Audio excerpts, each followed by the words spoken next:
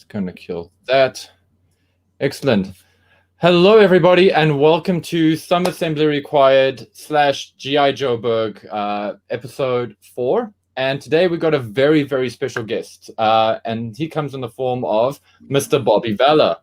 So everybody, raise a glass and say hello in the comments. What's up, and as usual, I'm joined by this miscreant, Bart, and Jimmy's back. Yes, after numerous technical issues, Jimmy has returned to us. As you can see, he's been transformed into a plastic action figure, but that's okay. He's got personality. So, cool. And I see we've already got the comments. The comment box is starting to fill up slowly. Got Gaz saying hello. We've got Sergeant Slaughterhouse. Everybody is in the house. Yeah, so where do we start?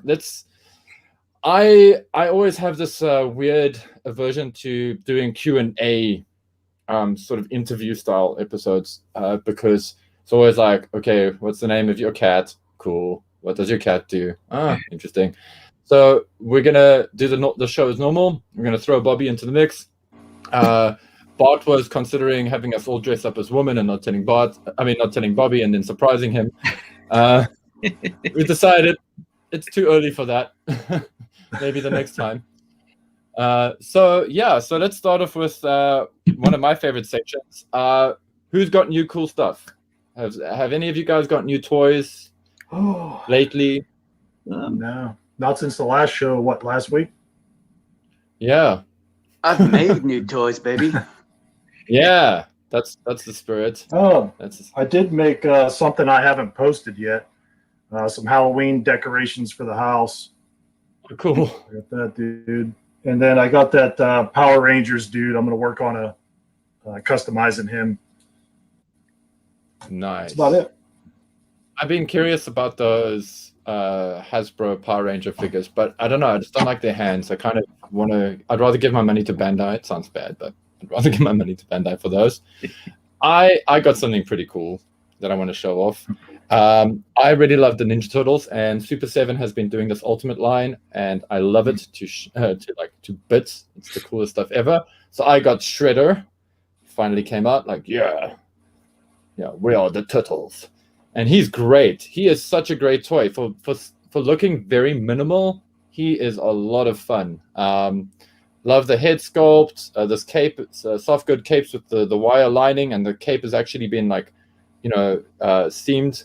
It looks great. I love this. I wish more companies would do this with their capes when they do soft goods. It just gives them so much more dynamism. And another one, also a turtle. Unfortunately, they both came in, so it hurt the wallet quite a bit. But I also got Bebop. What do we do with the turtles, boss? I love this toy. He is so great. The 10-year-old in me is screaming inside because he is just a big, fun, chunky toy with all of this awesome detail. And it really is a lot of what was in the original figure just brought up to 11. It's great. I absolutely love it. Kind of wish he had more gear, but then again, I have got a friend with a 3D printer and I got a lot of ideas. So stick around soon. And yes, I opted for the pink face because I wanted it to be original toy accurate, whereas Shredder has the no painted eyebrow vibe on mine. I didn't want to do the painted on eyebrow thing because that's weird. But cool that they put it in there nonetheless. So yeah, and Bobby, you said you haven't got any new toys or anything cool. No, I got a few things. Most things were a disappointment. I got the Plasma Series Ecto 1. I just wanted to get it just to see it. It was kind of one of those things where I knew it wasn't 1/12 scale, but it's also not 1/18 scale. So I was really disappointed in that. So I'm like, well, what did they make that could fit in this? Nothing can fit in it. So, don't get me wrong, it's nice, but I don't know, for $50 without being able to kind of do anything with it, I was a little disappointed. I also don't, yeah. And then I got Din finally, the Target one, and this is a great figure. The way they made the helmet so seamless to his face, it was really well done. This is a great figure. Very cool. Yeah, I've actually got I've got one of those on pre-order, a retro one. It's actually sitting at BBTS. I need to ship it off to Bart soon. But I got because I like the 1 to 12 scale stuff, but I'm a bigger fan of the Joe size, the 1 to 18. And that Ecto one jumped out at me. I was like, oh my word! And I sent Steven a message. I was like, oh wow, they're doing an Ecto one, and I was so excited. And then I watched a YouTube review, and when he said you couldn't put a guy in the driver's seat, I was like, no, well, then I'm gonna get the Playmobil one because, sad. The Playmobil sad. one is really good as well, though. Yeah, man. A buddy of mine who's got a toy museum here in South Africa, he actually showed it to me, and I was blown away. The proportions on that thing are incredible. I thought it would be all like gumpy and stuff, but it's actually Nice, pretty perfect. solid. Yeah, Yeah. we've got it, and we got the firehouse as well. Playmobil do spectacular licensed stuff now. Yeah, they do. Yeah. Have you seen the Back to the Future DeLorean? Yes. Wonderful, isn't it? Steven's got Flip that. down actually. He's got wheels, the- and it's lovely. That's awesome, man. That's like, there's so much cool stuff coming out at the moment that it's, you really have to like budget. But yeah, more on that a little later. So I just want to quickly take a look at the comments. I just want to see if anybody, I just want to just do a shout out to everybody. So firstly, Gaz, I said, what's up? Hey, Gaz. And he's like, hey, guys. And then Sergeant Hi, Slaughter's Gaz. Slaughterhouse. He's tuning us with a good morning. It's evening here and it's afternoon in America. So cool. We got all our bases covered. The indomitable AC/DC is back. What's up, Andrew? And Casual Toy Collector, he's like, what's up, fellas? I've got a Facebook user here who says, neon repaints of Action Force, please, Battle Core style. Yeah, we'll get to that cool stuff. Bart's like, yeah, killing it. You know that Bart guy? Cool. Everybody's throwing you a whole bunch of praise by telling you that they've pre-ordered your toys, Bobby. Awesome. Thank you. Which is awesome. Sergeant Slaughter agrees. He says Playmobil really brought it with the Ghostbusters line and Back to the Future. Didn't expect it to be as cool as it is. Yeah, neither did I, because I have always been Lego's cool. Playmobil sucks, and that's kind of like one of the things that is different between Steven and I. But lately, Playmobil has been singing some siren songs to me. Okay, cool. I will definitely ask that in a second, Dan. And Dan's, and hello. Cool. Okay, so now we got the hellos out of the way. We're going to be talking not toy modification. We're not going to be talking toy production and any of that kind of stuff today. Today, we're going to be talking Action Force, the world, the characters, the story, the lore, in essence. And Bart's like, well, why don't we get the man himself? And yeah, so Bobby's here with it. And Bart's got a whole bunch of questions for the man. And I've chosen to take this role of, I'm just going to be here and I'm going to ask every now and then, because those two have got enough questions that for me to ask anything just feels like indulgent. So yeah, so I'm going to hand it over to Bart. So Bart, start interrogating the man. Jeez, All right. I got a couple questions, no particular order. So do your just action... one. Start with one. Sorry. Do the action figures in comics go hand in hand, or are they in the same world? Where like G.I. Joe, they were different. I would assume that if I see an action figure, it's going to show up in the comic, or if you introduce a guy in the comic, eventually he's probably going to be made into a figure. Yep. There's it's all overlapping. The first 4 issues, I think they have almost every character from both series 1 and 2. So definitely series 1. There's a bunch of characters from series 2 in the comics now. So yeah, the figures will be in the comics. Comics will feature the figures, and it's all the same. It's all the same world. It's all the same characters. It's all overlapping. So it's everything written on the bio cards is the same in the same story in the comics. So it's all one streamlined story. That's cool. Can I just ask you, Bob, on top of that, are you writing the comic along with whoever you've got writing it as the main writer? You know what? I kind of come up with the overarching plot. So I'll usually plot out the story and then send it over to Bill, and then Bill will flush it out and then give a lot of his own story to it. And Bill's been amazing with the work he's done on the comics. So he takes, this bare bones skeleton story I give him, and then he makes it this really awesome, in-depth story that, goes in directions that I would have never thought of. So it's a nice partnership. It makes me look good. That's what we all right, want. but that's like the job of the artists and the writers, because I know, and like in my capacity with my sort of job, that also happens. Like we will, they'll come to us and they'll give us a whole bunch of sketches and whatever's, and then we have to take them up and we do it all up, and then other guys get all the credit. They're like, oh yeah, it's so amazing how you did this, and then we're sitting in the back going, yeah. That's all of our praise. Don't mind us. No, I'm kidding. Our team is actually pretty solid, and I totally get where you're coming from. It's totally our job, like when you're a writer or artist or designer or whatever, to make the creator look good. And I mean that in the best way, because I know with G.I. Joeberg, for example, we do a lot of collaboration for the PlayMotion stuff, and in the last week there's been lots of back and forth on our one channel for the new PlayMotion that we're doing now, and it has gone in a completely different direction than what we initially thought it would, and it's getting cooler and cooler. So I'm not trying to hype people up, I'm not trying to say it's the best thing ever, but it definitely does go there. So cool. And Jimmy, I remember you saying on the WhatsApp group there was something there. There was so much stuff that was thrown back and forth. There was something you wanted to ask Bobby as well, quickly. I've got loads of questions, mate. Don't you worry. Well, now's your chance to shine, sunshine. So have you and Bill got the same kind of idea where you're coming from and where you want to go with it? Or is it sort of Bill's taking your lead? Pretty much. I would say that we've only on a few occasions have, we not gelled on a specific direction. But yeah, overall, it's like I think we are definitely gelling on where we see the characters going in the future and ideas we have for taking the story. So like I said, it's really easy working with Bill. It's been great so far. So I'm just excited to tell more of the stories. Awesome. Yeah, he's a nice guy. I've met him before. Mm-hmm. Sorry. I'll say he's a nice guy. I've met him before. He's super nice. So do you see it as a kind of pastiche of the American Civil War in the past, the actual one, or are you sort of creating something completely new?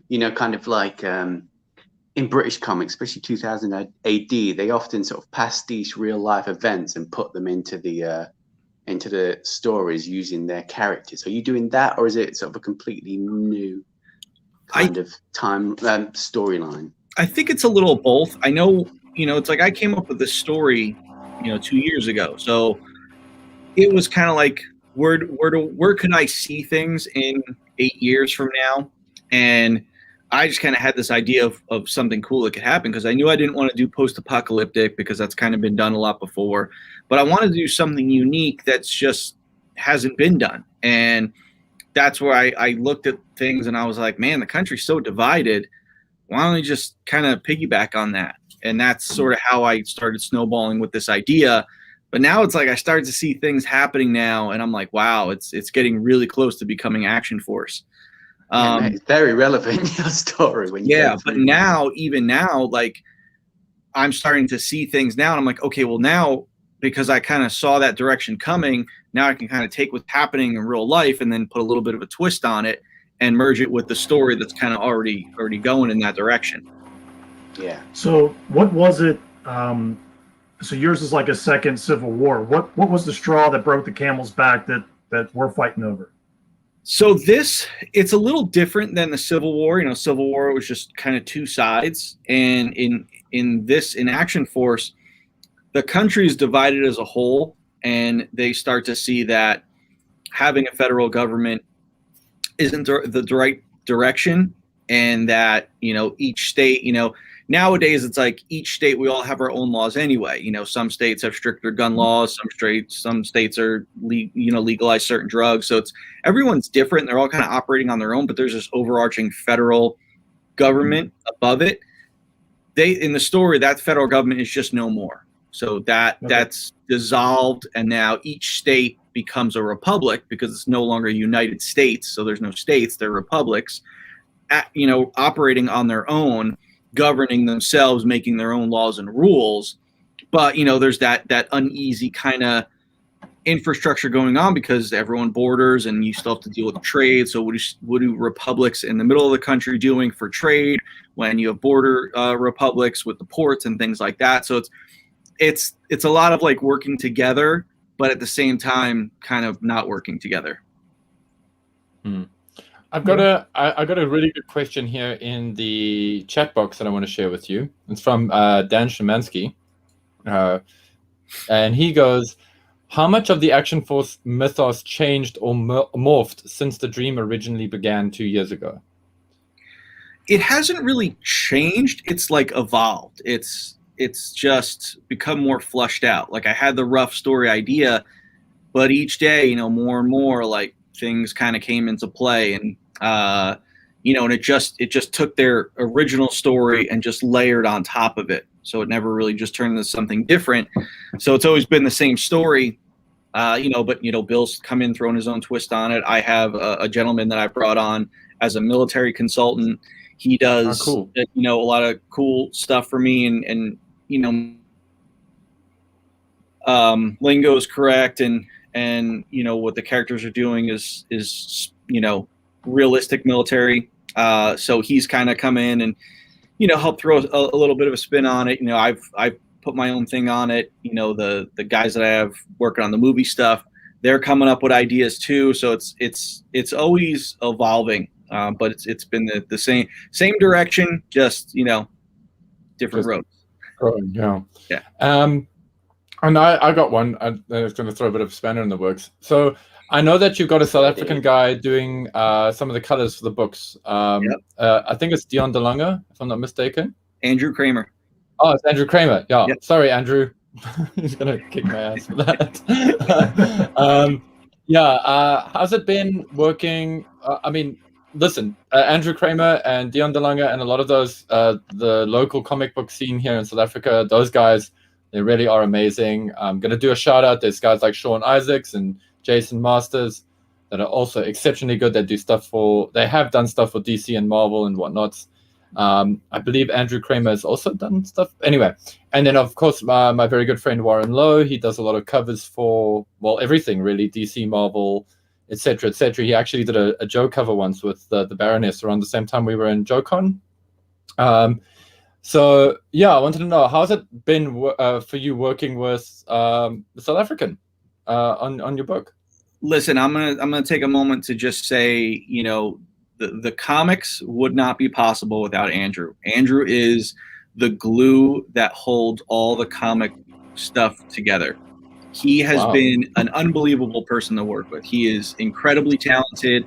I can't even remember when we got in touch with each other. I can never remember a time where he wasn't working on the comics with me. He's been there from the start, and his work is fantastic. And I know sometimes I could probably be a pain in the ass for him when I change things, but his work is fantastic, and he's so easygoing, and he loves working on this stuff.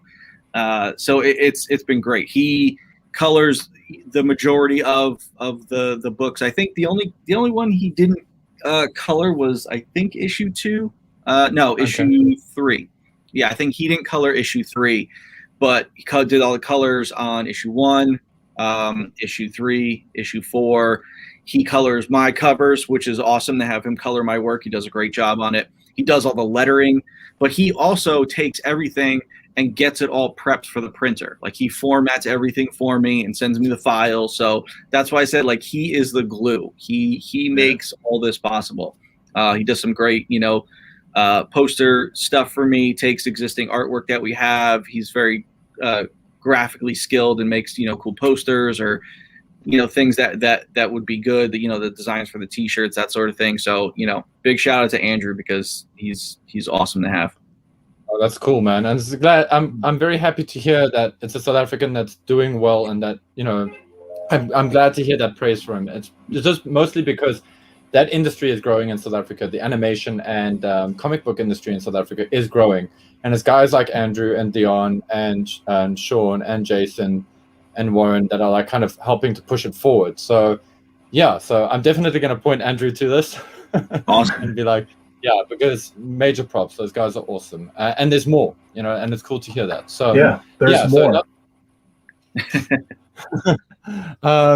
But thanks, dude. I'm really focused. Me personally, I'm focused on trying to get a toy line out as well one day.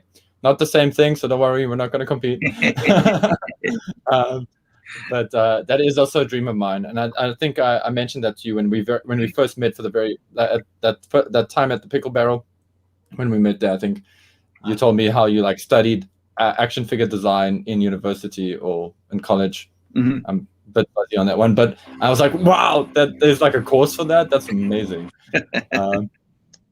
Cool. I just wanted to check if there are any other questions before I hand over to Bart. Facebook user, unfortunately, I don't have his name because he's not logged into our streaming service, but he asks, how many more characters are you planning right now? His name is Facebook user, yeah. It's German. Sorry, I just worked out the Mein Name initials. ist Facebook Jauser. Facebook Jauser in the house, sir. Anyway, how many more characters are you planning right now that haven't yet appeared in the comic?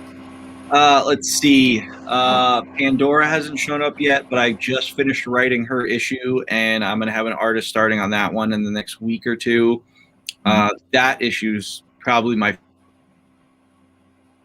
of the whole comic series is the Pandora issue. So she hasn't shown up yet. Looking at the figures, I'm trying to figure out. There's a surprise figure I have coming that will be announced to be part of the line for Series 2. He'll get his own issue. So they're all coming. I try to, when I introduce new characters, I try to get them in the comics right away so that it coincides with the figures coming out. But also, if the figures haven't come out, it helps build a backstory on them so you can like grow and like that character so that when the character does come out, then you're more excited about it. Cool. No, that's awesome. And that's like how it should be, I think. Bart, I see smoke coming out of your ears, dude.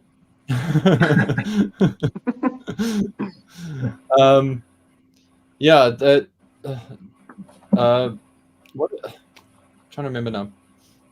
Yes. There was one thing I wanted to ask quickly. Sorry, Bart. I just had to have your attention to get your wheel spinning to get your question ready. If somebody had to like hypothetically approach you to do a cartoon or animated series of Action Force, would you go down the route of trying to make it like the comic book and have it set in that world? And I mean, this is of course if you haven't already got plans. Would you try to make it like kind of realistic and gritty, like sort of like how the Castlevania series has been done, or some of the DC stuff has been done? Yeah, or would absolutely. you? Yeah. Oh, that would be the way. I would do just like one of my all-time favorite animated movies is G.I. Joe Resolute. So yeah. Dark, it's gritty, it's violent, it's real. So I would want a series that's done just like that. You know it's good because they didn't do more. That's not a jab at Hasbro. That's just a jab at the industry in general. This is true. This is true. Yeah. See, the good stuff is always years apart. So yeah. No, Renegades was. I mean, Resolute was amazing. I loved Resolute. Resolute. I always get Renegades and Resolute using there as well. That would really suit your figure designs, Bobby. Yeah. That style is lovely. I contacted the studio that did that movie, and they weren't taking on any new projects at the time. But hopefully, once Action Force gets really big, they'll contact me and be like, "Oh, let's do this now." Cool. So okay, so Bart, yeah, go for it. So we had the divide happen. That splits everything into regions. Those regions turned into every state for itself, every man for itself kind of thing. In your story, it says it comes down to brother versus brother. If you break it down on that level, what was so bad that would have a brother turn against brother? Well, it's the brother versus brother aspect is more on the people running things, and then the overarching story. I mean, listen, we're all divided now, just the way people have different feelings on things, and it's at the point right now where if someone likes something that someone doesn't, it's such a harsh feeling. It's not like years ago where everyone was just cool with everyone. Now it's like there's such awful like division between people, and you're just like, man, can't we all just like chill out and have a beer? It's like, a lot of people The art think of debate the way I is do, and died, a isn't it? lot of people think the way I don't. So it's like, that's okay. But it's like, you see it, and it's not getting better, it's getting worse. So it's just going to get to that point, in the story. So, it's not, I guess, it's kind of like, okay, well, if it were to happen now and like it split up and it's like I'm in Rhode Island, I wouldn't look at like someone from like Connecticut and be like, oh, you're a Connecticut guy. Well, I'm a Rhode Island guy. I think it's more just the lower people, the middle class and the lower class are just trying to survive what's going on. And then it's the upper class and the people running things that have more control over things. And they're the ones that are sort of at each other, because then you have smaller republics that obviously have less infrastructure, less of a military, because it's all based on population. So like the military gets split up between all the existing republics, and it's based on population because you need X amount of military to coincide with your population. So obviously Rhode Island, very small population, would have a small military, but then it's like they're looked at as almost like this weaker, smaller republic. Mm-hmm. Money equals power. Yeah, and that's what starts new colonia's rise. Is that ideal thinking when it comes to the weaker republics. Okay, that's cool. So then on your map, Bobby. Mm-hmm. So you've obviously you've divided the states up into sort of areas of factional control. It doesn't follow how the American Civil War went, did it? How did you sort of come to the conclusion where each state sat? Was it sort of ideological? Was it geographical? Was it sort of political in your mind? It's more political in nature. You think of the Civil War. What was it was fought over slavery, so it was North versus South. It was more cut and dry. This is, this was about power. So it's like you look at the way New Colonia is formed, and it comes from the west over, and then from the east over. So that they're trying to sandwich. So you look at, politically controlled like big states. California is out there, Washington, but then over here you have, Massachusetts, New York. They're like-minded thinking. So it kind of like how you look at a political map in that sense, red and blue, it starts to go that way. But as you could see on the map, it's starting to go into Texas, but it's not fully into Texas. So it's like it's trying to push back up, and then it starts fighting from all directions. So New Colonia is fighting a war on both sides, but then the middle is trying to get out. And there's all these other different factions in there as well. So it's just, it really is just a mess across the country. Keeps it. So you got a little corridor right down the middle for Missouri. Yeah. So I mean, on the on your website where you discuss this backstory, have you left it deliberately vague as to what really sort of sparked it all off? Is it in your mind, like you say, sort of the ideological conflicts we're going through at the moment? There is, it's left vague for a reason, because there is a more evil power at work, and I haven't said what that is, but I know what it is. I know who it is, what it is, who they are, whatever you want to say. Mm-hmm. And that story will be told eventually, and that sort of orchestrates how the divide happens. So is that the mystery behind where the swarm come from? Is that what you're talking about? That kind I of was there's gonna get there. a power behind the throne. Oh, you're not saying, Bobby. On the website, it Cheeky says it's devil. redacted, so it has to be the redacted. That's all I'm saying. It's on the There is website. a reason. There's a reason that the Swarm's bio has redacted stuff. Cool. Okay. Yeah, because I gotta say that's the faction that intrigues me the most is the Swarm. I love the design on them, and I just feel like there's so much more behind it. Like we haven't seen everything yet, and I mean we haven't even seen the tip of the spear. We've literally just seen a Swarm Trooper. Like Yeah.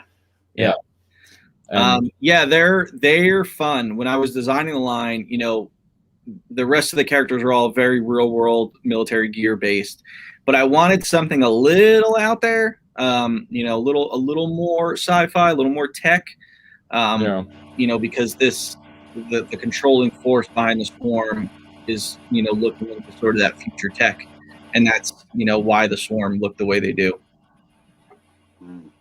yeah, that Gotta kind of say- 5 minutes in the future kind of thing. Yeah. Yeah. Because Just 8 years in the mind-wise, future, Bob. Paul. Yeah, 8 years from now, not a lot will change. We're still using a lot of the same military gear and weaponry that we were 15 years ago. So it's like 8 years from now, a lot won't change, but at the same time, a lot maybe will change. So there's a lot of things that are still, today's gear, but also some things that might be a little more evolved later on. Drones and So we're stuff gonna like get some that. very interesting weapon designs and stuff. Jimmy, I think one of us cut you off, man. What were you gonna hit us with?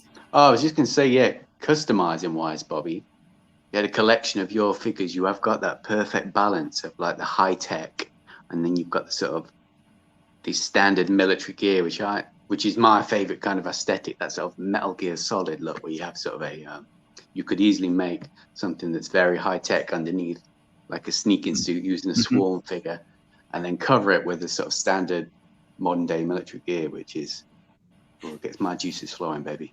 Yep, that's exactly the direction I wanted to go in. I want to, I look at a lot of video games. I look at a lot of features. Cool. See, like, what things might come out. Like stealth suits are really cool to me. Like the idea of, a stealth suit. So that's something I think I might introduce with the Swarm. Maybe do an all translucent Swarm figure that looks like it's got a stealth suit on. Nice. Yeah, I think Dan from Toy Galaxy is gonna love that, because he loves transparent figures. So, I just want to do a few shout outs quickly, guys, just because there's been such great content here. Sergeant Slaughterhouse seems to know something that we don't yet. He's excited to hear an Action Force movie could be in the future. So we're gonna get into that just now. Then Action Figure Expert says, P. Heather. Hello, Mr. Bobby. How are you doing today? I'm good, thank you. Cool. Ryan Sweeney. Ryan Sweeney. Action Force will have better distribution than another line we all love. Nudge, nudge, wink, wink. Hopefully. Yeah, that's the plan. I mean, that's. And then, okay, and this is going to be an action figure comment question, and I'm going to throw another one, just because they have been, and these guys have been good and they've been patient. Question for Mr. Bobby: we got the Alpha and Bravo weapon set. Are you going to release additional Are you going to release additional weapon sets before the second wave of figures? No, what you've seen so far, the 15 or 16 items, I believe, that I have for Series 1 is everything you're going to see for Series 1. You won't see any other items until Series 2. And Series 2 will have, we'll introduce new gear and weapons packs. Cool. So no new declassified anything, just that one we got right now? Yeah, yep, just that one. Okay. I'm done fixing their stuff. Yeah, right on you, man. Like, do you. I've got to do the shout out because it's the awesome Cato's collection. Hey, Cato. He's like, howdy, folks. Rock and roll. Hey, Cato. I caught your Grimlock the other day. Very cool. So yeah, and I have to check out your live stream because I had to miss it because of some work stuff. So I'm sorry, dude, but I'm gonna check it out. And thank you so much for joining the comments of ours. Everyday Eric says one of the best toy makers meets one of the best GI Joe channels. Cheers. Wow. Cheers, Everyday Eric. So, okay, cool. And then I got a question for everybody right now. What is the toy that's at least coming out this year that you guys are the most excited about? Okay, because it's me, what are the 2 toys that you're the most excited about that are coming out this year? And you're not allowed to say Action Force because we're all excited for Action Force. I cannot wait for March. I've got a Steel Brigade and a Swarm coming my way. But yeah, guys, what are you excited about? Let's go around the table. I'll start with Bart. And yeah. I haven't been keeping up too much with what's coming out, although I will be getting the Razor Crest will be shipped. Unfortunately, I'll be deployed at the time. So when I get home, I'll have that to unwrap and play with. So that's the only thing off the top of my head that I'm really looking forward to. Sweet. Do you want me to, I can message Cindy and then get her to make it look like it does in the show for you. Yeah, I knew I'd get that response. Jimmy? Not that I'm going to buy them, but Joy Toy are knocking out some redonkulous 1 to 18th figures at the moment. Have you seen their Battle for the Stars series? They are wonderful, aren't they? Really nice. They've got a very kind of 40K vibe to the way they're sort of gearing them up and giving them the loadout and the sort of coloration they're using. But they are, they're lovely. You saw that mech I got. What is that, Bart? That mech I got. You saw that one. Yeah, that thing's too Yeah, cool, they're doing they've got a nice 1 to 18th version of that on its way right now, I think. It's gorgeous. It's a little too heavy for me. And Bobby, for your personal collection, toys-wise? I have on pre-order the Mafex Azrael Batman. That was cool.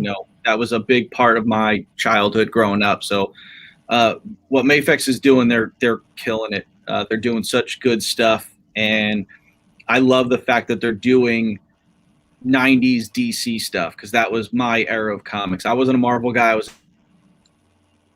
the fact that they did, the Hush Batman Superman is awesome. That's a great Jim Lee story. And then when I saw that they did the Azrael Batman and now they're doing the Black Suit Superman, now what I really need from them is a comic book accurate Doomsday, because I've gotten other Doomsdays and it's like the Mattel one was okay, not entirely classic accurate. The Icons one's a little small. I got I have them floating around here somewhere, the Storm Collectibles ones, but that's the Injustice version. I want a perfectly accurate, best edition comic Doomsday. So I'm hoping that they get that for me. Cool. And a Cyborg Superman. I wouldn't mind a Cyborg Superman. Yeah, a Cyborg Superman would be cool, but the 90s version, so he has that like long hair as well with the the Cyborg one didn't have the long hair. Black Suit Superman had the long hair. Yes, sorry, man. It's my buddy. My buddy did a custom when we were kids when that comic book came out, and he took Blanca's head and he like cut the hair off on one side and he painted it all red to look like the Cyborg Superman. I have got it, and I will pull it out of the drawers just now when you guys are talking to show it off. And that's why I keep thinking he's got long hair. Gotcha. Yeah. But somebody said now mullet soups in the comments. Like, yeah, Kato agrees with you. He's all like, yes, an accurate Doomsday with a ripped Superman cape. Yep. Yeah, that would be cool. And mine are rather pedestrian, actually. I am really excited about that Studio Series Grimlock. I said it in the last episode, and I'm still excited about that coming out now. And another one is that Storm Shadow from 3.0. That's looking really, really, really cool. Just because it's a nice take and it's a different take, and I feel like they've gotten a lot of things right there. But I'll see as it gets closer, because generally when they make any toy $130, my excitement meter sort of sometimes goes down instead of goes up as it gets closer to release date. So we'll see. But yeah, cool. Oh, I've got another one, Paulie. Yeah. Have you seen the images of the Ramen toys they're essentially Centurions figures. You know, the Power Extreme, those Centurions. I haven't seen that. Oh Those my sound gosh. cool. Yeah, They they're look good. really They look real lovely. good. Yeah, but I'm just, they're so nice, but I'm just waiting for them to get whacked with a cease and desist by someone. No, 'Cause you'd they be are- surprised. You'd be surprised. Yeah, fingers crossed. Yeah, but they're amazing. Have a look for them because they are really nice versions of those original figures. Same size as well. That kind of weird 7-ish inch. Yeah, figure. that was always the problem with them. Hey, so they always had to like off scale, like it's like Dino Riders. You had to be really into that scale. I mean, it wouldn't be it wouldn't be one of our chats if I didn't bring in Dino Riders somehow. But yeah, like that's Playing the something I would drinking love game. if they Everyone would drink do. now. There is one thing on my wish list, and two things on my wish list because they haven't been announced or shown or anything. But for Ultimates Super 7 or Super 7's Ultimates Ninja Turtle line, I'm hoping they do the Ronin from the comic book that they're doing from Kevin Eastman and Peter Laird's new comic book. I would love like a new retro version of the Ronin. I don't want to say who it is because some of you guys might not know already. So I don't want to spoil that. And I would love it if Super 7 did like an accessory pack as well for the Ultimate Turtles, because there's a lot of stuff that I think could be added to the line. You know, now that they've scratched everybody's vintage itch, they could add a few interesting sort of things. Maybe weapons and stuff that came out and with other figures, or like prototype weapons, or I don't know, an extra katana for Shredder would be nice. But anyway, cool. So yeah, no, we've deviated too much. No, I was just gonna say, have you seen the Super 7 Thunder Tank they're coming out with? Yeah, I have. I like my kidneys enough though, and I don't love Thundercats quite enough to pay $450. My word, I'd sooner buy a Razor Crest, and that's saying something. That ship is beautiful, but oof. I got two. If you want one, let me know. Oh, cool. Yeah, just have two. What? One to display. Kato's like, I may be in on the Ultimate Thunder Tank. Of course, Kato. Of course, you're gonna be in on that, dude. No, I'm not gonna hold it against you, man. You gotta love your toys. And at least you're giving, I think, good people good money. So cool. Okay, there's I've got a bit of an Action Force question. And it well, Jim kind of stole mine a little bit with the Swarm. So I got to get into the other one. Good. Is Action Force the first? And I know that because you're creative and whatever, it's probably not the first one. But is it the first idea that you had that like stuck with you? Like, did you always have an idea to do a military line, and then you just needed a good story to go with it, or did you go through a lot of like processes of like superhero toys or wanting to do your own line of this or that, and then settle on it, and then get this really great idea? And then take it from there, or how did that process happen for you? I always knew I wanted to do a military figure line, just because at the time, Hasbro hadn't come out with classified yet. So I was like, well, I can kind of get the ball rolling on 6-inch military. And then I just started designing characters and then thinking of a story to go around those characters. So it all just kind of, snowballed from there. But it was always military from the start. Cool. Yeah, because I know that Jimmy had a very cool idea, and that's actually one of the things that sort of springboarded into his custom that he did for JoeCon was Bitter Ender. And that whole thing was also like taking a bit of a dark period of South African history, actually, and then sort of futurizing it a little bit and adding some intrigue. And there's a part of me that still wants to go that distance, to go there. But I'm too scared. I'm very scared of the articulation and stuff. But yeah, but we have to write that, Jimmy. We have to get that out there, man. Yeah, there's stuff to be told there. Well, off the back of that, when we were designing that character, I got really into both the history of the South African border wars and the history of the Rhodesian Bush Wars. So, Bobby, were you the same with this? Did you take a deep dive into the history of the American Civil War, or were you sort of already an amateur and historian on that subject? I mean, it was already kind of something that I knew a lot about, but I also didn't want to be swayed too much with, kind of hearing a story and then kind of subconsciously copying that story. So I wanted a fresh take on it. So I tried to stay away from things, but I do a fair amount of research when I have things going on. Like, for instance, Pandora's character, because she's from Ireland, she was involved in the Irish mob in Ireland. So I did a bit of research when I was writing that issue to make sure things were a little more accurate to what was happening and how things are done, firms and things like that. So I do that sort of research, but I try not to get really pigeonholed into a particular direction of a story that taken from real life. Yeah. Do you not find that quite fun? No, I quite like that. When I'm doing a custom, I do really get into the background of whatever I'm creating and sort of take a big deep dive down into history. Do you like that kind of process or not? Yeah, I know that when I'm figuring out what new weapons I want to put into the weapons packs. I'm a big gun guy, so I always have like a YouTube video on with new models of guns that are coming out or gun reviews and that sort of thing, or a gun I want to put in the line but don't know much about. I'll throw a video up as I'm researching it. So it's in that sense, yes, I definitely do that. It's a fun part of the process, isn't it? Mm-hmm. Yeah. And sorry. I was just about to say something because I thought you were going to say something. I was like, yes, I can talk over Jimmy, but then you stopped talking. So I've got a question about Action Force, Bob. Sure. Have you sort of thought about, well, you know how Action Force, obviously the original, the comic book in the UK and the toy line was very much international based.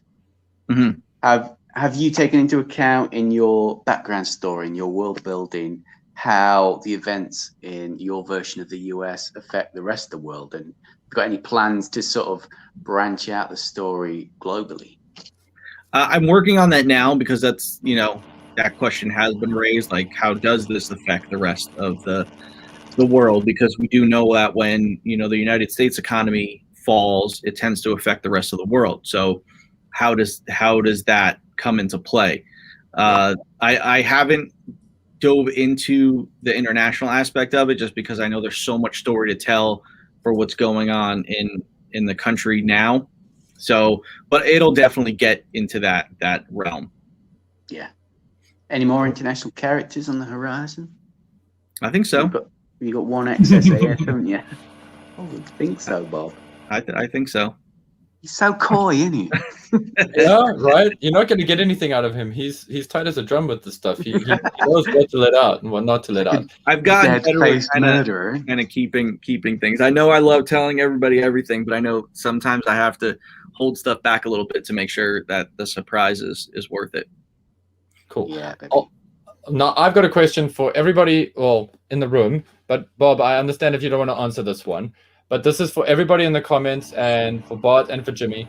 Guys, so far from reading the lore and checking out everything on Action Force, who are your favorite characters, or who is your favorite character? Like Bart, because you haven't said anything in a while. Bobby knows this. It's Trigger. There's just something about that guy. It's just classic military. He's got the guns out, holding the big gun, cheesy smile on his face, ready to F some stuff up. I mean, don't get any better than that. Cool. And Jimmy, like, which I'm gonna go super obvious and say Condor, just because you've created this ex-British SAS guy. I'd like to see him in that kind of being involved in a long campaign, bearded, disheveled, covered in grime and all sorts of bits of begged, borrowed, and stolen kit hanging off his body. So I'll go for Condor. Yeah. Maybe he had a family history in Nottingham or something. Nottingham. Nottingham. Isn't that where Robin Hood is from? Yeah, just or down maybe the road. This guy. I'm just waiting for the guys in the comments just kick in a little bit with their answers. Who's your favorite, waiting? Bobby? Who's my favorite? Yeah. That's like asking a parent who their favorite child is. Who's your favorite Carrot. child? It's hard. I mean, I'm looking at it, it's like, obviously like Steel Brigade because my love of Steel Brigade. But, I look at the Bone Collector and what a cool design. And he was the first character I created was the Bone Collector, and then, having Sarge is cool. The Swarm Troopers, I think the Swarm Trooper was one of those figures where, like, I liked it. I liked the design, but I really liked it a lot more once I saw like the prototype, the painted prototype. I was like, wow, this character is really, really cool. There's something really great about Condor and Karak. So it's like, it's hard. It's really hard for me. If, gun to my head, I'd probably say Steel Brigade, but it's tough because they're all my creation. So I want to love them all equally. And you can. Yeah, What about you, Paulie? I'm gonna be lame, and I know it sounds weird, but I really like Steel Brigade. But I think that's just because I like the fact that you can sort of, you imbuing yourself on that character in essence.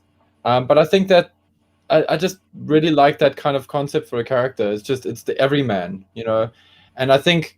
And don't misunderstand me here. I love G.I. Joe. I really, really do. But I am really enjoying just getting into the grunts of G.I. Joe at the moment. And sadly, the Joes don't really have grunts. They have grunt. But the Cobras do. And I love getting into that mentality of the Vipers and that mentality of the alley Vipers, the Vipers, the Techno Vipers, the Crimson Guards, that kind of mentality. Because those guys, they all have really interesting stories, and they're not heroes. Sometimes they're just body counts, or sometimes they really do make a difference. And I'm kind of there at the moment, so that's why I'm really liking Steel Brigade at the moment. That's why my mind is really there, and because it's a good guy, quote unquote, he feels more heroic than good guys. I like that for a change because I've been backing Cobra for a long time, and so that's kind of where I'm at the moment. Although, that's probably going to change when I start being able to read the comic book and all that and start getting into it. But I know that Steel Brigade has been my first blush favorite character. Cool. And in the comments, we've got... we got Ryan Sweeney. He's like, I can't wait to get Bone Collector and Karak. So those are his favorites. That Bone Collector mask is spectacular. It is cool, hey? It is cool. It's beautiful, Bob. Yeah, but that's also something that like, what's his story? Like him and Karak have like that masked man. What's their story, kind of thing? I dig that. They're. I don't want to give too much away because there's a lot of that story we're still telling, but Bone Collector is a straight villain mercenary. He is a bad dude. He's a ruthless, just nasty guy.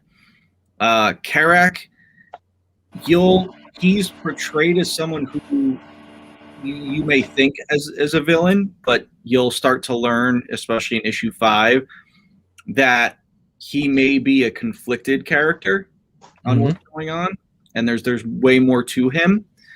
So that's why I really like Karak, because of the depth of his character. But Karak uses the Bone Collector as like sort of a gun for hire when he needs certain things done. But just like all kind of caged animals, once you let the wild animal out of the cage, I don't think that animal's going back in the cage. So he's got this mess to clean up with the Bone Collector once he starts going to town on for his own.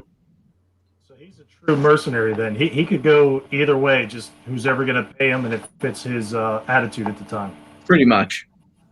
Okay, sweet. So if you have the Swarm, you have Action Force, they're going to fight. Now the Swarm can call in the garrison if they needed some backup, and then they would in turn call their backup the Brothers of Bone. Is that when Action Force gets called in? Or, Steel Brigade? So Steel Brigade's like the special forces of Action Force? Yes, they are. But the Swarm and New Colonia aren't really working together. The think of the Swarm like OCP from RoboCop. They're a third-party, corporately run security offensive. So they're almost, mercenaries for hire, but they're basically a security force for hire. So that's the way they work. But they operate on their own. New Colonia kind of stays out of their way, but there's a lot I can't go into because I don't want to give away certain things going on in the story. But New Colonia has their own military. Bone Collector's got his group of guys, but it's not. It's maybe a little bit like the Dreadnoks with Cobra. It's not like Cobra really called for backup and got the Dreadnoks. The Dreadnoks were just kind of hanging around. Yeah. So, New Colonia doesn't really need to call in backup. Action Force, because they're a much smaller group, when they have to call in, extra help or there's a mission that needs, a sensitive kind of finesse, that's where the Steel Brigade comes in. Cool. So would Carrick have his own army or just a group of guys, like 20, 50 guys? Carrick Bone Collector, same thing. So the garrison is the military of New Colonia. So think of like we have the United States military. Think of it like that. So Carrick runs or is in charge of the entire garrison, which is all of New Colonia's forces. Gotcha. Oh, cool. Hey, little one. Come say hi. Oh, you're good? You're not on a phone call? Yeah, no, I'm on a podcast. That's all right. She can come say hi. Come here.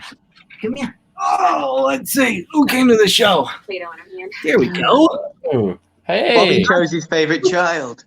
Look. Now you're on the screen. See? Hey, little girl. You wave. Who's this, Bob? This is McKenna. Hey, McKenna. Yeah, this is the first time she's been on a podcast. Hey. Got the exclusive. Nailed it. You got your Play-Doh? Yeah? Don't eat it. No, eat it.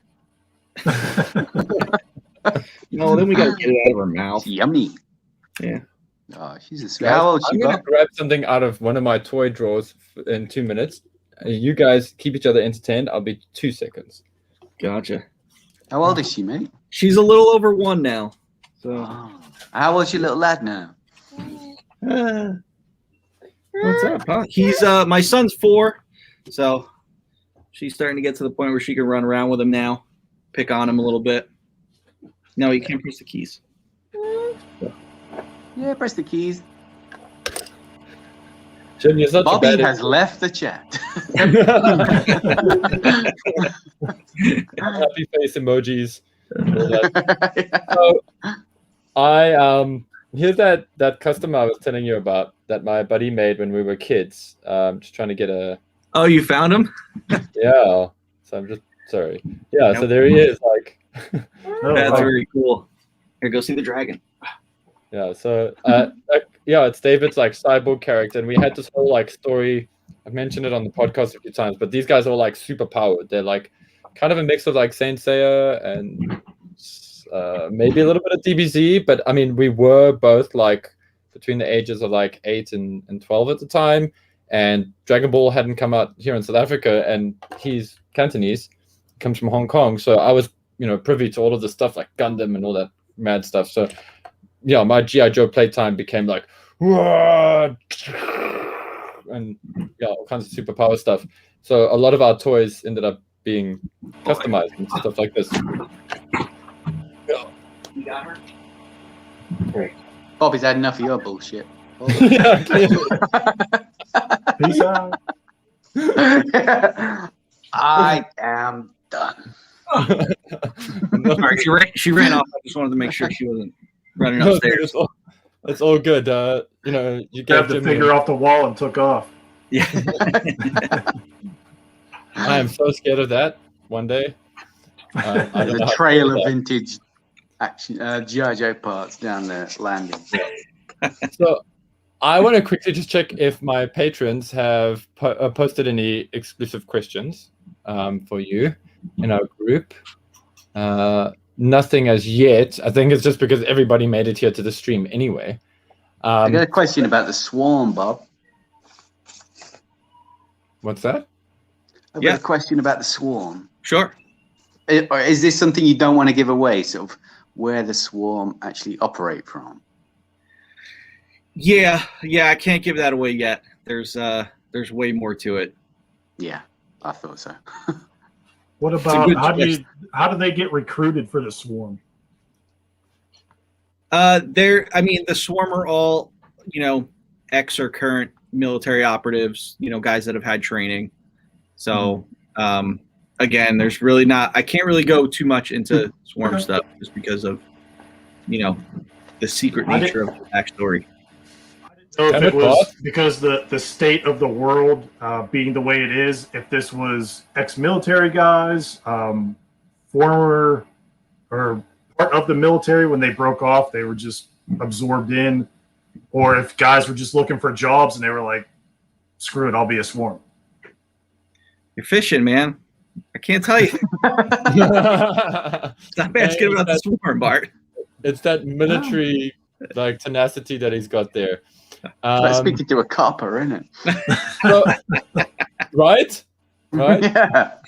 So I saw an interesting post of yours the other day on Facebook, Bobby. It was about talking to producers and film producers and all that stuff. Is a movie being in the works? I know that you mentioned like producers and maybe a director that, and all that stuff, but is that like something that might really seriously be? Yeah. The movie. He can't talk about that because then he'll give away my role in the movie, and it's not out yet. Screaming woman in the background. Sorry, Bob, we'll look out for you, dude. Just me and Jimmy drag in the back. No, Jim's gonna be like female, punk character with baseball bat in the background with this like cigarette hanging out of his mouth. With a huge pair of knockers. Yeah, so sorry, Bobby, you were saying before Bart decided to go all Yeah, the movie's in the works. Yep. We have a director that's working with us. We just got the screenwriter involved now, so we're in the process of writing the script for the movie or movies, and it's all moving really fast, surprisingly. Because the way Hollywood stuff normally works, it takes a long time. But normally you don't get a director until you've been shopping around a script for a year or two. But it's like we got the director right away just because he saw the IP and some action figures and 4 issues of the comic sold him, and he was like, "I love this story. I want to be a part of this." So that's been really, really exciting and kind of like it's still mind blowing to me that it's even happening because I'm just trying to make some toys and here people want to make a movie. So I'm just like, sure, let's go. Let's do it. Very cool. Does the movie line of figures come out? Easy. Yeah, well, I mean, and it's funny because I was talking, I have a friend who comes over and learns, I like teach her art stuff. Because she's quite young and she's getting into the whole art side of things and the production world, and she's really fascinated about animation, right? So I don't want to get into too much. It's not code, Jimmy. You have somebody that comes over, a young girl, you teach her art. Yeah, dude, this is not a foreign whatever, movie. mate. It's totally above board. You know what I mean?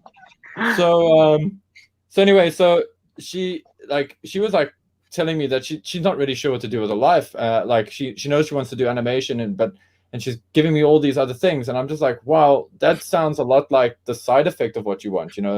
What do you actually want? And she's like, I kind of want to be like that animator who did what is it, Kim Possible and all of that, and the guy who did Samurai Jack. And I'm like, okay, now you're thinking. So it looks like Bobby is going to be our new template for this. So we're going to have to follow in Bobby's footsteps to be successful. So guys, remember, the plan is just make the toys. Don't think of the movie. And then the movie will be the side effect of that. It's kind of what I'm getting at. What it also comes down to, and I think that's what, separated my stuff from like other people's, toy companies, other Kickstarter toy companies, what do they all kind of have?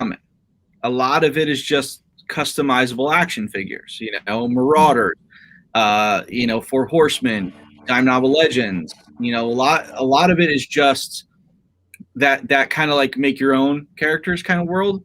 I wanted to take a different approach.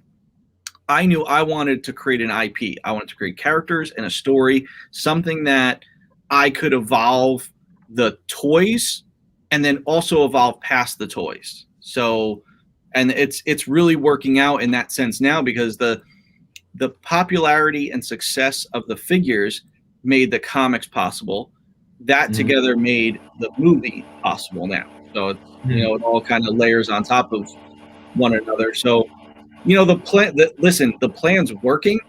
You know, I hope the plan keeps working, but you know, it surprises me that it's all working as well as it is, because you know, I wasn't sure if this was going to take years or a year. So, you know, right now it's going really well, and I'm enjoying the ride. That's all I can say. Cool, man. So who's going to play the Sarge in the movie? What? Who's going to play the Sarge in the movie? Well, I think there's only one guy that could play Sarge. Not you, Bart. Please, not you. I'm sorry. You're big. You're badass. We get that. But you're not the Sarge. I do know that. I mean, Bobby doesn't want anybody to know this, but he contacted Jim, because Jim's they're gonna get like somebody else to play Condor, but Jim's gonna be the voice. I will say this for when my Sean Bean. When I was thinking of like actors and actresses to play the characters, you know, I told, you know, my partner, the director, you know, I said, listen, you know, Condor he's British, you know, he's from, you know, the UK. We have to get, you know, an English actor. You know, we can't. I really don't want someone faking it. You know, it's like, you know, Superman, English actor. You know, Batman was an English actor, or you know, so it's like, I'd rather the English character be played by an English actor to make it authentic. Yeah. For England, James. For England. Freedom. So like, I Who do you see in your head, Bobby, as Condor? Huh? Who do I see? Yeah, who do you see acting wise? Who do you see? My first choice would probably be Charlie Hunnam. I think he, you know, get rid of his beard, and I think he'd play a really great Condor. He's got the grit, he's got the accent. You know, I've seen him in a lot of things that I've really enjoyed. He hasn't done a straight military thing yet, but I think he can pull it off. So who's that? I don't know the name. He played King Arthur. He was in Sons of Anarchy. He was in The Gentleman. He was Matthew McConaughey's sort of, you know, second in charge in The Gentleman. Yeah, he's a really good actor. I think he'd do a great job. Right. I love that, Jim. Like as Bobby's talking, you're like, Matthew McConaughey. I know him. Matthew McConaughey. Yeah. No, I mean, right. like, listen, it'd be cool if it's always cool when you have a wish list, and I was thinking of asking you that exact same question that Jimmy did, but I know that sometimes it's sensitive because you don't want to allude too much, especially if you're in pre-production talks and whatever's. Yeah. No, we haven't extended any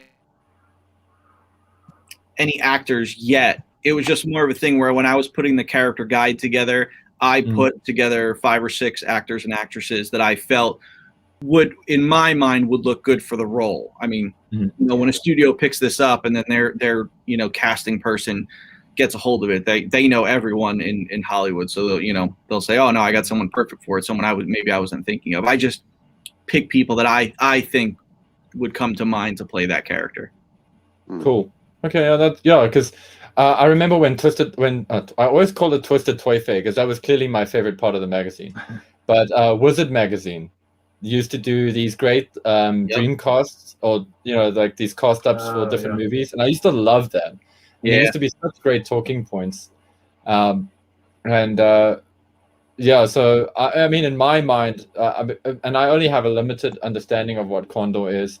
But I think it would be very smart, you know, to get an English actor who maybe doesn't have a problem with the military, unlike, you know, another American actor who had a problem with the military and decided, well, he is going to be the leader of America's covert action military force. Because he was all like, I don't want to be this. What's his name? Duke. Why have I got a gun? And it's sad because he's actually such a great actor in other stuff. So anyway, yeah, Magic Mike. Dude, I believe he's great in that. We're gonna go nuts for it. I still have not seen that movie. Uh-huh. No, I really haven't. I love 21 Jump Street though. I love 21 Jump Yes. Street. I love Yeah. it. It's great. Yeah, he's really good in comedies. Yeah, Yeah. Maybe it not really is. action movies. Oh, was And G.I. also- Joe not a comedy? I pissed myself the whole way through. Which one? You know the sad thing, and I don't want to berate that movie too much because like I want to try and keep things positive as much as possible. But I find the more I watch the second film, the more I enjoy the first one for some reason. I don't know. Maybe I'm broken. Like it's almost like the first one's a better movie. Sorry to the director of the second movie, but he really nailed it with Jem. So anyway, at least Bobby's not taking notes from was it Joel Silver's casting book where it's like, oh, I'm going to take pictures of famous people and draw the bat mask on them. Yes, he'll be perfect. He'll be perfect for Batman. Come here, Val Kilmer. So Joel Schumacher, not Joel Silver. Anyway, cool. Is there anything else? Because we've taken quite a lot of Bobby's time, and I'm sure he wants to go and hang out and do cool stuff. And is there anything that you guys want to ask Bobby? Bart, no, you're not allowed to know the man's underwear size and preference, so stop that. We've had this conversation. But yeah, guys, anything you want to throw at Bobby just before we go? Go on then. Are you with all these factions in Action Force? Are you going to be quite ambiguous with who's good guys and who's bad guys, or is it pretty much plain to see? I think it's going to be one of You those got things. something up your sleeve. Action Force is definitely the good guys, but when I think about the other factions, how I alluded to Karak being almost like this conflicted character, I think you're going to see more of that. Like even in something like The Walking Dead, where it was like everyone for themselves. You saw some groups that were like, okay, we're kind of good, but listen, everyone's for themselves. So, we'll see as it goes on. There's going to be some groups that may think they're good guys, but maybe bad guys. Some groups that are straight bad guys. Some you just don't know. Some are for whoever side wants to pay them. So there's going to be a lot of different side taking during all this turmoil. Yeah. So I'm sort of thinking back to the American Civil War, and in a way, it's kind of that sort of basic idea of history where, the Confederates were the bad guys and the Union were the good guys. And when you actually look at the history of it, it is not that way at all, is it? Very shades of gray. At the end of the day, listen, Cobra thinks they're the good guys, so it's like you have to sometimes look at it from each side's point of view, like, like they are doing it for what they believe in, and they, obviously, some people could be doing some really awful stuff, and so the majority of people will know that that's bad, but in their eyes, they're what they're doing is right. So you never know. Yeah. So what you said, I think, when you look the story's often way more interesting, isn't it, when you have that kind of grayscale for both sides? Yeah, absolutely. Yeah. So Kirk has the potential to be a really focal point character because he works for them, yet he has his own agendas. He's just buying his time, saving his money, that kind of thing. I hate to put the comparison out there, but he could move into more of like a Destro kind of role where he has his own forces, his own money. He's doing his own thing. He's just helping these other people out to get to where he wants to be. I will say this, that Karak is the most important character in the entire story. I can see that. No, I think a lot of people are sleeping on him. Like, when you think of like popularity of the figures, out of all the figures in Series 1, I think Karak is probably the least popular as far as sales go. But he is at the end of the day, he is the most important character in this whole entire story. Yeah, if you read his bio, he's got a lot going on. He's not just some dumb hired gun kind of guy. Mm-hmm. Yeah. Yeah, when I read the backstory, I was like that. When you get to Carrot, you kind of, Yeah. There's something about him that kind of reminds me a little of Wolverine, like a little, like not the character, just the vibe. Like there's a Wolverine-ness to him. Like I gotcha. It's the boss. So, but like that was actually something I was gonna ask you. Is like, have you been quite surprised by which characters people like? Like has that were there characters when you did them conceptually as characters, never mind just toys, and then when they came out as toys, you were kind of like, well, I'm sure Carrack surprised you, but was there a character you thought maybe would have done better and hasn't quite been sort of embraced by the fandom yet that you feel might be really embraced once they get to a point in the story? I mean, yeah, probably Carrack over anyone. But I also, when the first Kickstarter failed and I was going to do the second one, I dropped the number of figures. But Okay. I also wanted to do a poll on what people thought were their favorite figures. And I think in the first Kickstarter, I had Carrack, Steel Brigade, Condor, Rollout, and were there 5? I think there were 5. But Bone Collector was the first unlock. But it turns out Bone Collector was like the second most popular figure. So that's why when I did the second Kickstarter, he got into the main slot for the first 3, him, Condor, and Steel Brigade.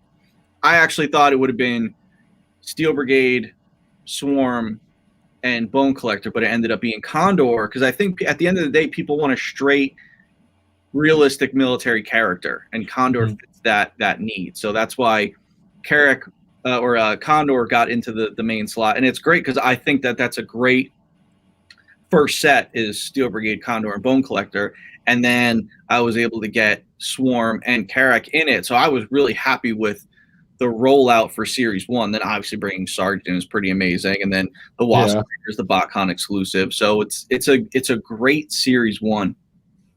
Well, Condor, he has the balaclava head, so he's potentially a troop builder as well. Yeah. Yep, troop builder.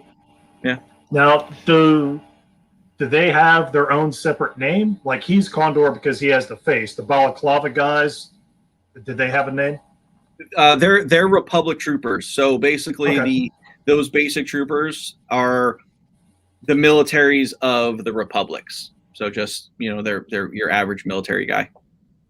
Okay. Or the Jim Godfreys. I got it. Basic bitch. The Jim Godfreys. You're terrible. Yeah, that's why we don't take you out anyway, Bart. I mean, aside from the main reason. Cool.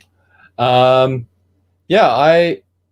I'm actually at this point. I'm good. I don't want to know more because I want to be surprised. So that's kind of where my stance right now. And this has been good for me because I've learned a lot about these characters, a lot about the world, a lot about the excitement of everything. So that's been cool for me. And I think Bart's got some answers now. I think he's going to adjust his order. He's probably going to go and buy like 10 Carracks now or something. Yeah, all the answers I got were I can't tell you. Yes, the wrong questions. Well, dude, you're in the military. You should be used to that. So, no, that's cool. Yeah, I'm honestly super excited for your line. I think it's so great that it's been as successful as it has been, as I'm sure you are. But more than that, I love that there's a story connected, and that's something that really connects to me and something I really connected to when you were speaking about it earlier.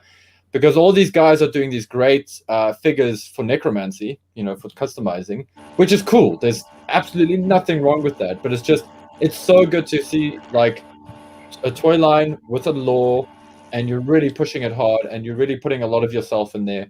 And that's a really difficult thing to do because, yeah, it's hard. It's a toll on you. It's a toll on your soul. Your family feels it as well because, there's late nights of you hiding and trying to get stuff together, or you get frustrated because you've got an idea and you just can't get around to doing it, and people need you for everything, and you're like, I'll be there, and then eventually you're like, finally I can write down my ideas and get my sketches down. It's a process, and it's cool. thank you for Action Force, actually, because it's a great. You're Very missing well. two things. You got the toy line, you got movies, you got comics. So when do we get the AR-15 line and the Valaverse Con? In the works. Nice. Hey, why not? Cool. So guys, we are on our way out the door, and I just want to take a few seconds just to say thank you to everybody that joined us today. You guys in the comments, thank you so much. Thank you for all of your comments. I'm sorry I didn't get around to everybody's comments, but I assure you they were all read and they were all seen. You were seen, you were noticed. It's just that we had so much information here. I didn't want to, cut Bobby off every time. And as usual, Bart and Jim, thank you very much, guys. Thank you for taking time out of your lives to come and join us. And of course, pleasure. yeah, is that meant to be your Condor voice? Yeah, that's me, Sean Bean. You French bastard. No. And finally, Bobby, thank you so much. Thank you for being on the show. Thank you for talking the story, and thank you for actually talking about the cool stuff that we haven't heard enough of yet. So really appreciate that. Thank you very, very much. It was my pleasure. Thanks for having me come on. It's nice. I mean, don't get me wrong, I love talking about the figures, but it was nice to talk about the lore of the line. So thanks for wanting to go in that direction. Cool, man. Yeah, because I mean, listen, we've spoken a lot about the toys, and I've just seen tons and tons of. Well, I've seen a few videos. I've listened to a few podcasts where the toys have been spoken about, and I was just like, I know a lot about the toys, but I want to know about the lore. So, and you touch on some of that, and Bart was like, why don't we talk about Action Force stuff? And he's like, I can get Bobby. So I'm like, cool. If he's willing to talk about story stuff, then let's do it. And guys, this was a bonus episode. We weren't planning on doing 2 this month, so sneaky Waikiki doing the cheeky. Anyway, cool. So guys, thank you very much. Have an excellent day. And evening to you, Jim, and morning to Sergeant Slaughter's Slaughterhouse. And until next time, guys, be cool and rock and roll. And it's time for action. Well, ready for action. Is it time for action? It's time for action. Time for action. Yes. Cool, guys. And I'm going to end the broadcast.